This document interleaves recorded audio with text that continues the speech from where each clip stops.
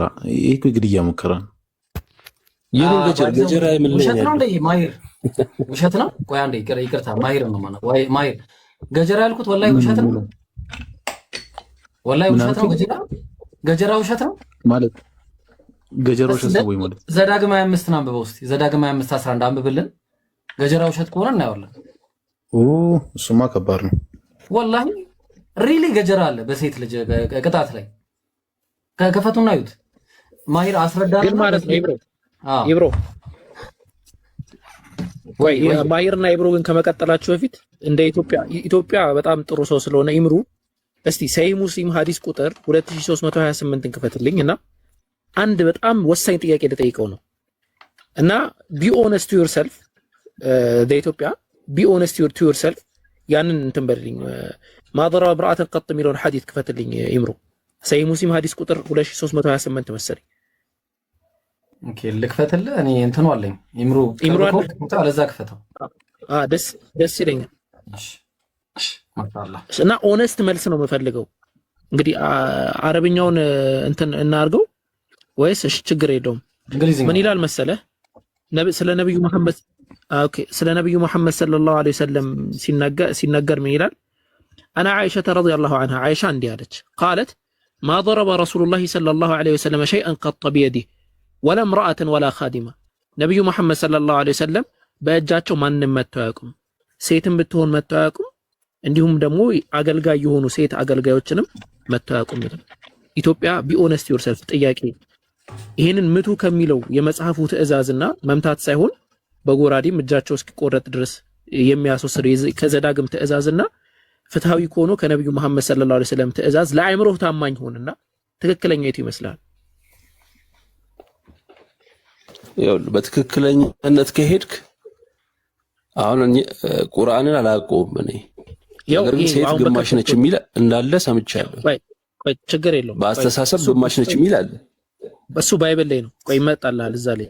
አይ አሁን ባለው አሁን ነብዩ እንዲህ ብለው ተናግረው አላልኩ። ከሁለቱ የትኛው ነው ይበልጠው? የትኛው የተሻለ ነው?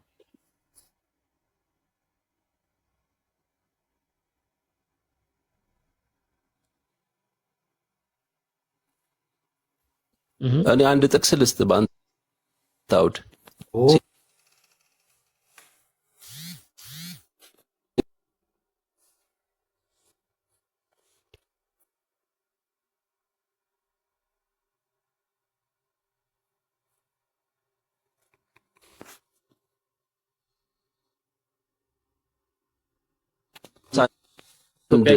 ችግር የለም። 37 ጋር አነጻጽርልኝ። በቃ ምልህ ምንድነው ወላይ ከእንደዚህ አይነት ነገር ወጥተህ ይሄንን እንደዚህ አይነት ዝም ያለ ነገር ላይ ቢመጣ ጥሩ ነው። ማሂር ቀጥሉ። በቃ ያው እኛ ፖይንቱ ታችላል። ሉቃስ 1:37 ጋር አነጻጽረው ያሁኑን። ቆይ ችግር የለውም። የአእምሮ ግማሽ ነው የሚለው ላይ ተራ በተራ ይመጣበታል። ቀጥለው ማሂር አንዴ የጀመርኩትን ጥያቄ ትጨርስልኛለህ ማለት ከይቅርታ ኢራቅ 26 አንድ አውጣልኝ ይምራል። ኧረ ቆይ እባክህ ቆይ ዘኢትዮጵያ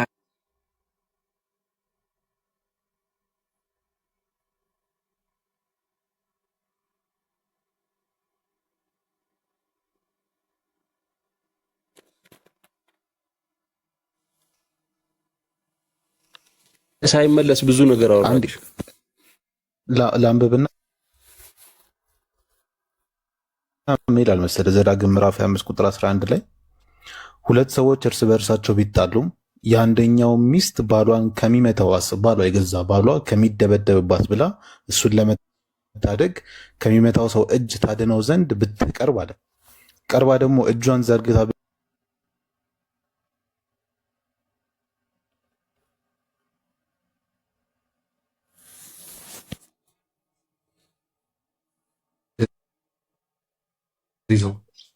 በምንድን ነው የሚቆረጠው?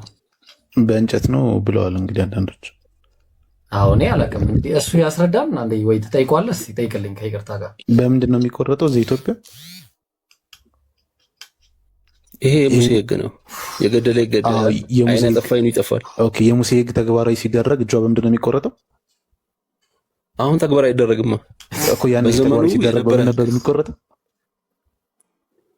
ታሪክም ተጽፏል እኮ መጽሐፍ ቅዱስ ላይ እኮ በምን ነበር የሚቆረጠው? ተግባራዊ ሲደረግ እጇ አውጣው ተናገረው። ምርጫና ኢትዮጵያ በቀጠል እንድል ነው።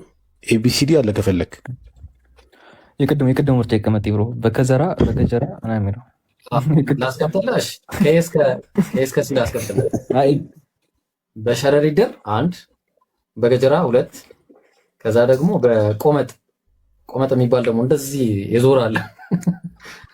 እሱ በየትኛው እስቲ ንገረን። ለማንኛውም ሲራክ ላይ ለተነሳው መልስ አለ 26 1 ይሄ መልስ ይብሮ ደግሞ ላነሳኸው ይሄ መልስልን። ሴቶች መንግስተ ሰማያት አይገቡ ምናምን ላልከው ይሄ መልስልን። ሉቃስ 1:37 ለኢትዮጵያ ድህነት የተጀመረው በሴቶች ነው። በሴቶች ፈቃድ ድህነት የተጀመረው። በራስ ዓለም አትኑራ። ሁለቱ መልስ የእናንተን የዛሬውን ርዕስ ይዘህ ያምናለሁ። አመሰግናለሁ።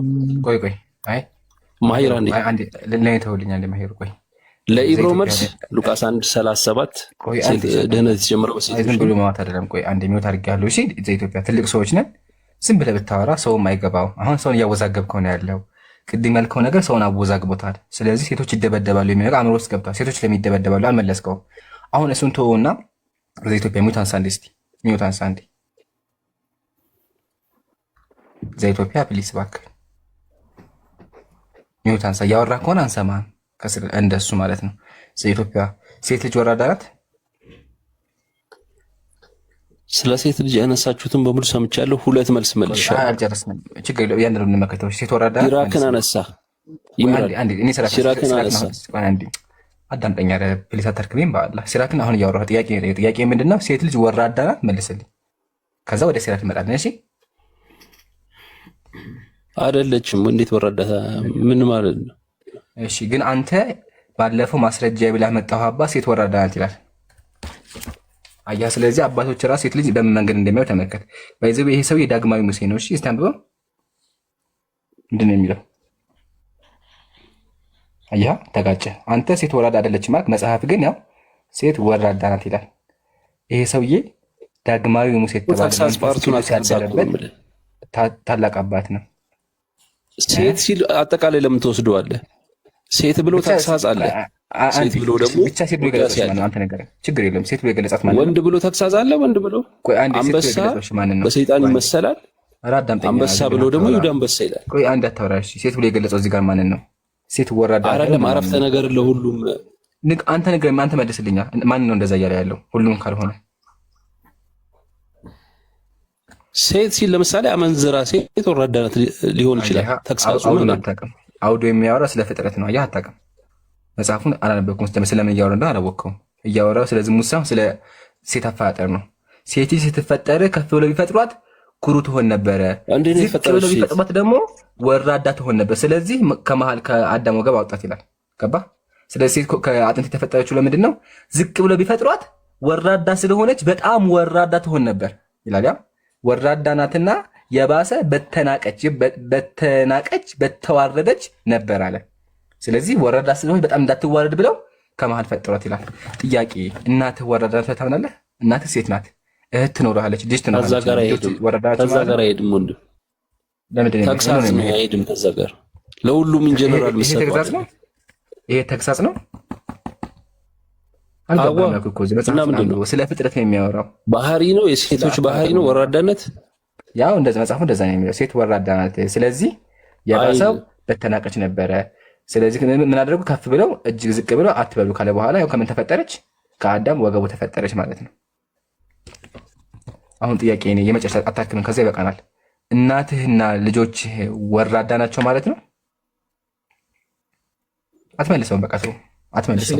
ዋናው ውስጥ ጥያቄ ይፈጥርብሃል። ስለዚህ ኢብራሂም አሁን እንዳየነው ምንድነው ወገናችን እንዳመነው ሴት ልጅ ትደበደባለች። ባሏ እያጋጨ ሲፈልግ በዚህ እየወረወረ ያንዋት። እሱም አምናል። አዎ ሴት ትደበደባለች ብሎ አምናል። ትቀጣለች ብሎ ማለት ነው። እንዲሁም ሴት ወራዳ እንደሆነች የቤተ ክርስቲያን አባቶች ይናገራሉ ነው። ያው ዳግማዊ ሙሴ የተነጋ ሳይቻል ብሎ ቀጥል። በቃ አንተ ተግሳጹና ኔጌቲቭን ብቻ ነው ያነሳው። ዘይቲዮ በቃ አሪፍ ነው። በቃ ቀደም እኮ ጥሩ መታል እና እስቲ አንድ ጥያቄ አሁን ኦነስት በሆነ ነው። እሺ መልስልኝ። ሴት ልጅ በስንት ነገር ልትፈታ ትችላለች? በብዙ ነገር ትፈታለች።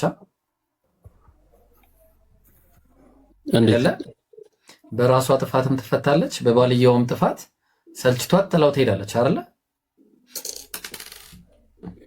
አይደል? ኦኬ። በትዳር ነው የምትለው? አዎ ትዳር ላይ ትዳር ላይ ያው በዝሙት ምናምን ጋለሞታ ያው ጋብቻው ይፈርሳል ማለት ነው። ጋለሞታ ማለት ፈት ሴት ነች አይደል? አዎ በጣም ጥሩ። ስለዚህ ጋለሞታ ሁለት አይነት ሊኖር ይችላል። አንደኛ ንጹህ ሆና ባልየው እየጠጣ እየሰከረ የሚያስቸግራት ባለጌ የሆነ ባል ነበራት ጥላው የሄደች አለች። ሌላኛው ደግሞ ምን አይነት አለ? ራሷ ባለጌ የሆነች ሴት አለች። ተግባባን? በባልየው ንጹህ ሆኖ የምትፈታ። ጥያቄው ግን አንድ ጥቅስ አለ ባይብል ላይ ምን ይላል መሰለህ? አሁን እኮ ያልካት ሴት ምንም ፍቺ ውስጥ አትገባም እኮ ኦልሬዲ ትዳር የላትም። አሁን ያልካችሁ ሁለቱም እኮ እኮ ነው እኮ የተፈቱ ናቸው ሁለቱም። ግን ሁለቱም አንደኛዋ ስርዓት የሌላት ባለጌ ነበረች፣ አንደኛዋ ደግሞ ስርዓት ያላት ነች አይደለ? ግን እንደዛ ሆኖ ትዳር ውስጥ ናቸው። ወጡ እንጂ ከትዳር በቃ። ከዛ በኋላ አንደኛው በራሱ በባልየው ጥፋት ወጣች፣ አንደኛዋ ደግሞ በራሷ ጥፋት ወጣች ከትዳር ውስጥ አይደል? አሁን ምን ከመጽሐፍ ቅዱስ ጋር ታገናኘ ነው?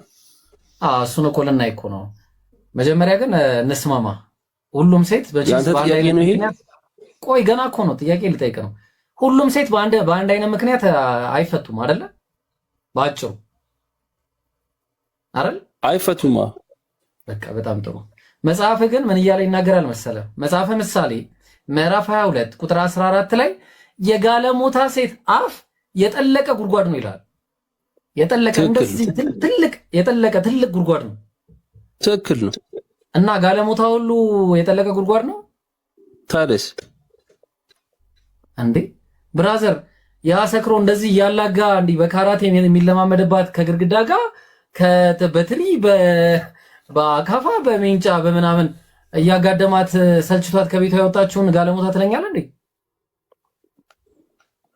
አንተ ስንቴ ነው የምነግርህ? ይሄ እኮ ተግሳጽ ነው። ኦረቢ በልበል አንተ ተግሳጽ ምንድነው? መክረው ነው የመጣው ቤት ውስጥ? አዎ ተግሳጽ ትለኛለህ? ማወቅ አለብኝ አይደል? ሰማይ ብሎ አይ እኮ ትቀጣ፣ ግን ቅጣቱ የመጨረሻ ነው ታውቃለህ። የምትሰናበትበት ቅጣት ነው። አንዴ ይገላታል፣ ያበቃል። ተግሳጹ እዛ ጋር ምን ማለት ነው? ተግሳጽ ዘኢትዮጵያ ከምንድን ነው የሚገስጻት? ጠጥቶ እየመጣ እየደበደባት ከምር ነው የሚገስጻት? እሱ አይደለም። አሁን ዋናው ጥያቄው ላይ ልመልስ። ሲራክ ላይ በመጽሐፍ አንተ ኢምራን አስከትለው እባክህ። አይገራሚ ሌላ ሰው አስከትሉ ጋይስ፣ ጊዜ አንፈጅ። ያ ጊዜ በጣም እየፈጀ ነው። ተረኛ ካለ ኢምራን ወይ ማን ማሂር ወይ አህመድ ከሆናችሁ ወይ አቡኪ ዳግማ ነው የሚለው አይሮ ነው። ኤኒዌይስ አቋይ አንዴ ዘኢትዮጵያ እንሸኘው ሀቢቢ ዘኢትዮጵያ በቃ ኢምራን ልክላሉ በውስጥ እንደተለመደው ነው። አትሮ ችግር የለውም። ባይዘው ያንተን አስተያየት እንቀበላለን። ያው አንዳንዴ ግን እውነትን ለመቀበል ዝግጁ አትውረድ።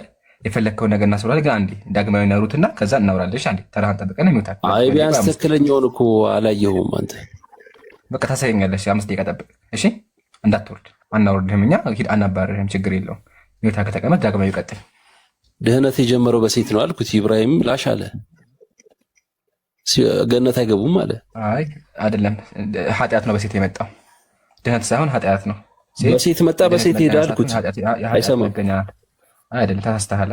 ሴት የኃጢአት መገኘት ቆይ እንደሚት አድርገህ ብራዘር አትቀላቅል። እሺ ዳግማዊ ይቀጥል። እሺ እንዴት አመሻችኋለን? ማነው ዳግማዊ እንዴት ነህ? ትልቁ ላይ እንዴት አመሻችሁ? አለን። ከየት ቤተ እምነት ነህ? ኦርቶዶክስ። የሆነ ጥያቄ ልጠይቅ ነበር። እሺ ለምሳሌ አንተ ከሆነ ሰው ጋር ይጣላህ ነው። እሺ እና ከሆነ ወንድ ጋር ይጣላህ ነው እና እየመታህ ነው፣ በቃ እየተመታህ ነው አንተ። እሺ እና ሚስት እያየች ነው፣ በቃ እየተደበደብክ ከሆነ ሚስት እያየች ነው። ማትረፍ አለባት፣ በቃ አንተን የሆነ ነገር አድርጋ ማትረፍ አለባት። ገብቶሃል? ገብቶኛል። ዘዳግምን ለመጥቀስ ፈልገህ መሰለኝ እኮ በምንድን ነው ልታተርፍ የምትችለው? አትፈርስ በምን ልታተርፍ? እሱን ለመጥቀስ ስለፈለግ ያው እሱን ጥያቄ ከሆነ የምትጠይቀው በብሉይ ኪዳን ዘዳግም ሲጀመር በኦሪት ዘፍጥረት የነበረውን ሕግ ሁለተኛ የደገመበት ቦታ ነው። የሙሴ ሕግ ነው ማለት ነው። አዲስ ሕግ ግን አልመጣም። ህዝቡን የሚያስተዳድርበት ሕግ ነው። ያ ማለት እስራኤል ዘስጋ ነው፣ በስጋ የሚኖሩ በስደት ገና ሀገራቸው ያልገቡ ከኤርትራ ባህል በኋላ ላሉ ሰዎች የተነገረላቸው ህግ ነው። ስለዚህ ሰዎቹን ለማስተዳደር እኮ ብዙ አይነት ህግ ተናግሯል። ክርስቶስ እንኳን በመጣ ጊዜ ገባ ስለ ልብናቸው ድንዳኔ የሚያወጣቸው የራሳቸው ህግ ነበር። ሙሴ ህዝቡን ለመምራት ያወጣው ህግ ነው። ስለዚህ ምድራዊ ህግ ነው እንጂ መጽሐፍ ቅዱስ አሁንም አድርጎ ያለ አይደለም። ቢል ኖሮ አሁን ያንን ህግ ታየው ነበር። በአዲስ ኪዳን አብሶ አይሰራም እሱ ህግ። በአዲስ ኪዳን ላይ ምንድን ነው ያለው ህግ? ስለዚህ በአዲስ ኪዳን ወንድም ሴትም እኩል ነው። ቅድም እኮ አንድ ምንድን ነው ማስረጃ ገላትያ 3:28ን ጠቀሰችልህ። ምንድን ነው የሚለው ገላትያ 3:25? ሁላችሁም በክርስቶስ አንድ ናችሁ ነው የሚለው እንጂ በቃ ጁይሽ የለም ገባ አህዛብ ምናምን የሚባል በሐዲስ ኪዳን የለም። ሁሉ እኩል ነገር አይደለም። አንድ ነው።